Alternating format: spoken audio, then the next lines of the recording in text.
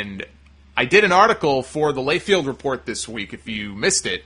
Did a column on Christian and how Christian is, in my opinion, the most underappreciated talent on the WWE roster right now. And he is. I'm not saying underrated. There's a difference between underappreciated and underrated. There's a lot of guys in WWE who are underrated. Christian's not one of them. Underappreciated, without question. The number one guy.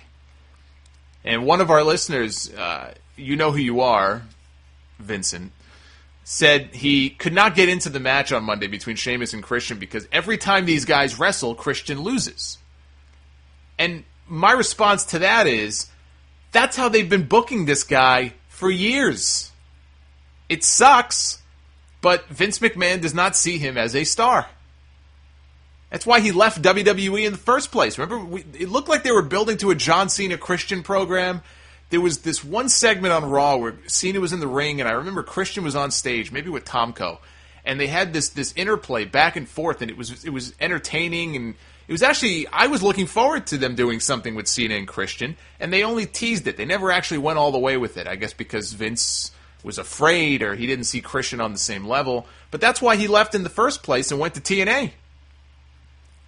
He and Cena could have had a fun feud. It looked like they were going in that direction, and they killed it dead, so he left.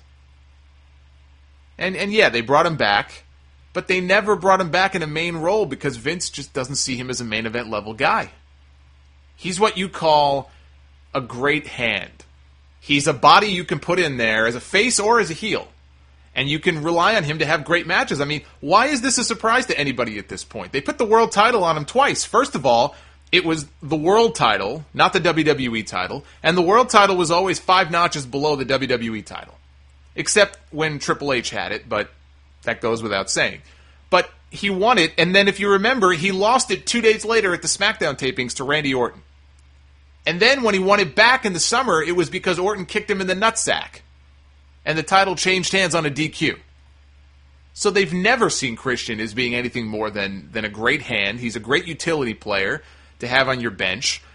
You know, they need a spot filled in an Elimination Chamber match. All right, we'll give one to Cesaro because Cesaro is going to be a big star in the future. We've got big plans for that guy.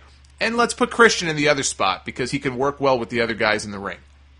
Or maybe that really was going to be CM Punk's spot, and with him gone, they gave it to Christian. You know, whatever. Whatever it was, they've never pushed him as a top guy, even when he's been in top matches. He's never been the focal point. He's never been pushed that way, and he never will be. It would be nice if this feud with Sheamus wasn't so lopsided, like the one was with Orton all those years ago. You want to have a competitive feud. If the same guy wins every single frickin' match, I don't see where the drama is if people know the result before the match even starts. But that doesn't mean I can't enjoy any of Christian's matches. I just thought that was so silly. I can't enjoy these matches because he's going to lose. So what? I agree, it's stupid, it sucks, it's not how it should be done, but he goes out there, he has kick-ass matches. What's not to enjoy?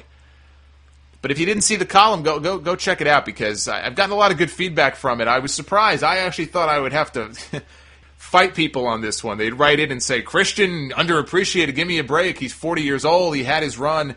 But people seem to understand where I'm going with this point. I'm not saying Christian should be headlining WrestleMania Wrestling for the championship. All I'm saying is here's a guy who's been around since the mid-90s. He's really, really good at what he does. He was a great tag wrestler. He's been a great singles wrestler. He's a hell of a lot closer to the end of his career than he is the beginning of it.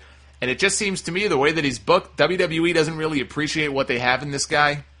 He's one of the few guys left over from that Attitude Era who's still active, who's still going, who can still go. Goldust would be another one.